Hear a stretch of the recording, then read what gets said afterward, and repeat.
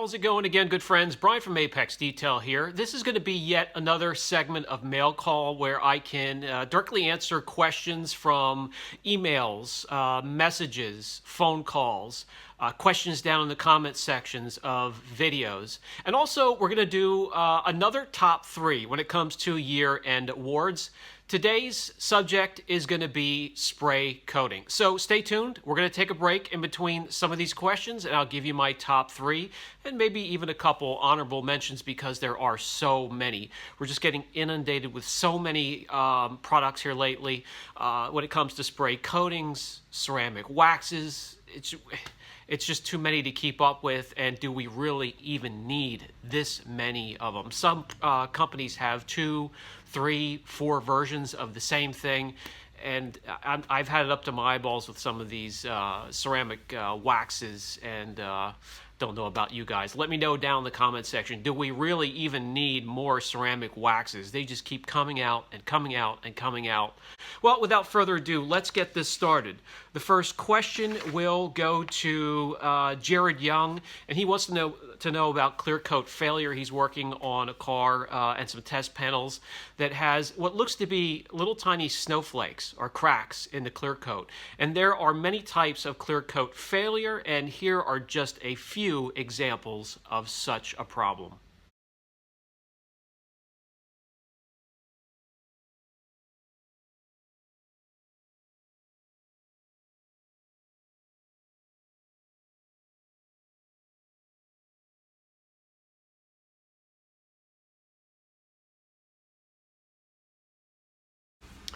On a test panel, that's fine. You could just ignore them and practice doing what you're doing. If it's on a car that you're trying to repair, there is only one way to truly get rid of those, and that is to sand it off completely and start from scratch. The next question goes to Chris Jansen, and he wants to know what is a good washer fluid that is both safe for clear coat and also protection you may have laid down on your car, like a polymer sealant or a coating.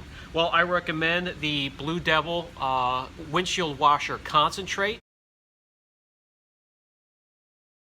And also, here is another product I didn't get to go over yet, but I will. This is from Stoner's Invisible Glass. This is just under 2 ounces of a cleaner and water repellent you can add to your washer fluid solution. I'll cover it, but those are 2 options for you right there, the Blue Devil and the Stoners. The next question goes to Luke Chang. He wants to know how the new Fuso Coat Soft 99 dark wax compares to Turtle Wax spray ceramic coating. Those are 2 different beasts right there. To be comparing those 2 is very difficult. You have a spray coating, SiO2 spray coating, and a wax that's infused with silazane or SiO2. Anything that comes from Fuso Coat Soft 99 is going to last anywhere from 9 to 12 months, depending on how you maintain it. The spray coatings, they're going to be in the same ballpark, 9 months with excellent maintenance. However, those are 2 different types of product there. I can put them both on the same panel to compare them, but you're like comparing apples to oranges there. Next, Jim wants to know about using Spray 9 for interiors and is there dilution ratios. Spray 9 is meant to be used straight up, and I'll use those on heavily soiled interiors. Great on interiors, especially interiors on cars that are commercial or they haul a lot of people, like vans, limos, anything that comes in contact with a lot of people, because there's a lot of bacteria killing properties in Spray 9. It's another reason I absolutely love it. It's clear, it barely has an odor. It just gets straight down to cleaning and killing germs. Straight up on a heavily soiled vehicle, if you have something lightly soiled, 1-to-1, 5-to-1, 3-to-1, you can make the call on that. It's all common sense, but Spray 9 is excellent for interiors. I highly recommend, and yes, keep using it. Okay, Eric Leach wants to know the best product to use on the WeatherTech mats to get them nice and dark and rich again. I clean them first with just a regular APC, and then I'll break out McKee's Floor Mat and Bed Liner Rejuvenator, and you've seen that on the channel before.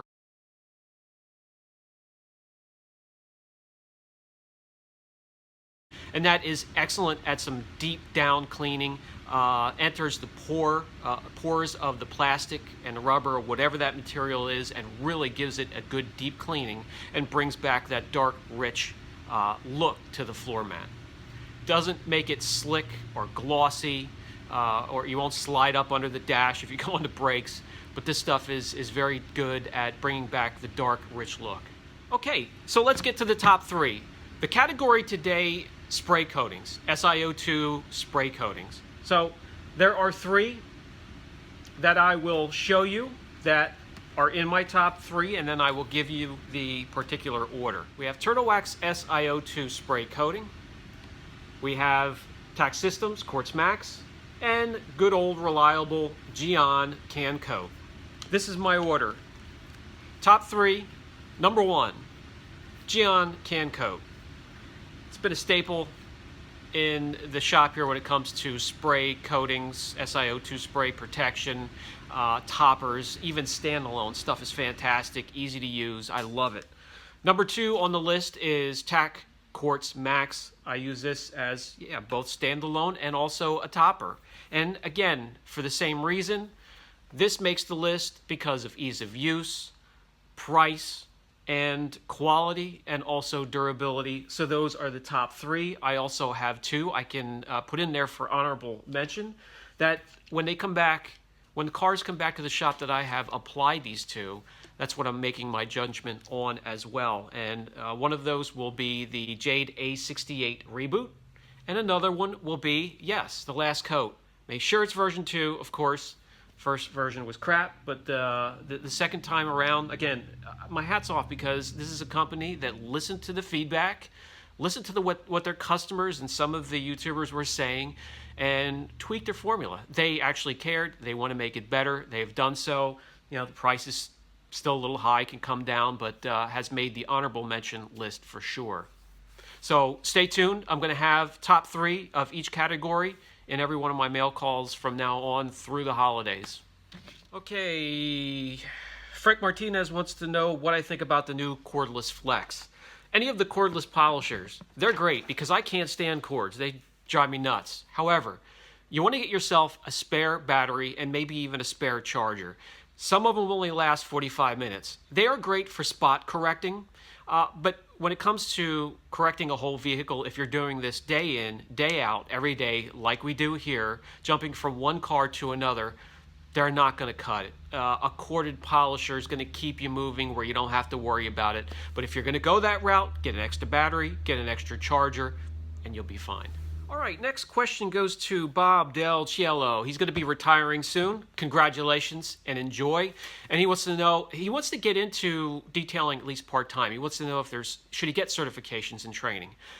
Listen, I would recommend training, certifications, every chance you get. It doesn't matter if you're a beginner or somebody, an old dog like me. Yes, we can still learn new tricks. And if you consider yourself finished with the learning process, you might as well just pack it in, because this industry is advancing so fast. You need to keep up with the training. I would join the IDA, just the online courses they have, and some of the members that you can link up with and learn from.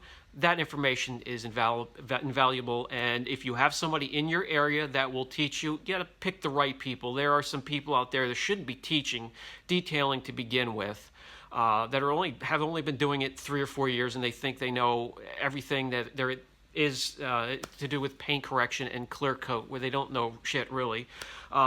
So find yourself a quality teacher, a quality trainer. There are a few out there. Get certifications when you can. The best thing to do is just keep it simple. Start out basic bumper-to-bumper cleanings, interior and exterior, and then from there slowly expand, maybe doing a paint enhancement or a one-step. I would first pick up some panels, dual action or a rotary, and practice on different types of clear coat, and then expand slowly. And then from there you can go to multi-step corrections, applying protection like maybe PPF or ceramic coatings eventually. But if you keep it simple and just start with basic cleanings first, you could do that while you're training yourself and while you're learning, and put some money in your pocket, build up a little bit of an egg nest so you can invest it back into your business and buy better polishers, better equipment, and so on. I hope that helps. Okay, Alan Wallace has a question on the goofy rubber coated buttons and interior parts on some BMWs, some German cars, and even some American cars. I know on some of the older Vettes they have that on the center console. What's best to use to clean that? I've tried many things, and the safest yet most effective thing I have used is the Meguiar's vinyl and rubber cleaner. Now, there is also a protectant in there, something to be aware of. If you don't want any type of protection, it'll just make it a little bit darker and richer and has some UVA, UVB protection. But for the most part, it is a gentle cleaner that it won't strip off those buttons or center console pieces or whatever. I can't stand that material. I don't know why the hell they use it, but yeah, it does exist in many cars, and this product here, the Meguiar's rubber and vinyl cleaner, is gentle enough to get the job done. All right, the last question, and it is a good one, comes from Sergio Barraza from Chile. Welcome to the channel, Sergio. He wants to know about paint correction. He heard that high speeds, high temperature, you get correcting done the fastest. It's the opposite way around. You're hearing that from people that really shouldn't be giving advice to begin with. Keeping the temperature down keeps the paint and the clear coat from swelling. Heat gets the molecules in anything, clear coat, metals, plastic, to vibrate. Heat makes things vibrate and expand. When they expand and heat up, they also become pliable. So if you're correcting clear coat that is swelled and pliable, it's kind of actually even going to go with the pad a little bit. And if you keep it cool and keep the surface cool with low temps and low speeds on your polisher, that clear coat is nice and firm and steady, and you're doing all the work. You're shaving. There is no give to the clear coat, and you do the quickest work. And it's not only the most effective way to correct clear, it's also the safest, because you have 3 layers, as I mentioned before in past videos. Primer, base coat, clear coat. They all are different materials. When they heat up, they expand in different ways. They expand and contract in different directions. And when you're applying heat, like you implied, somebody blazing the speed on that rotary or the dual action polisher, the expansion on those 3 layers is putting that area under a ton of stress, when the rest of the panel is room temperature. You know, you just imagine that, room temperature 72 degrees, and you have some nut putting the rotary on the highest speed setting, revving temperatures, and that one little concentrated area is up to about 100, between 100 and 120 degrees, really. And I showed that in videos as well. So I hope that helps. Keep the speed down, keep the temperature down. You will cut the most effective, you will cut the quickest, and the clear coat will thank you for it, because it's the less stressful thing to do to the clear coat. That's it for Mail Call today. Again, stay tuned. I'm going to have 3 more top 3s and maybe some honorable mentions. I'm not sure which category I'm going to pick next. I will also supply the email link down below where you can send your Mail Call questions. But until the next video, I love you guys. I love the questions you guys sent in. Very intuitive, imaginative questions. Great. Keep them coming. Catch you all in the next video. And also, if you are enjoying the content, please be sure to like, subscribe, share the content, hit that notification bell. That'll let you know when we have new videos.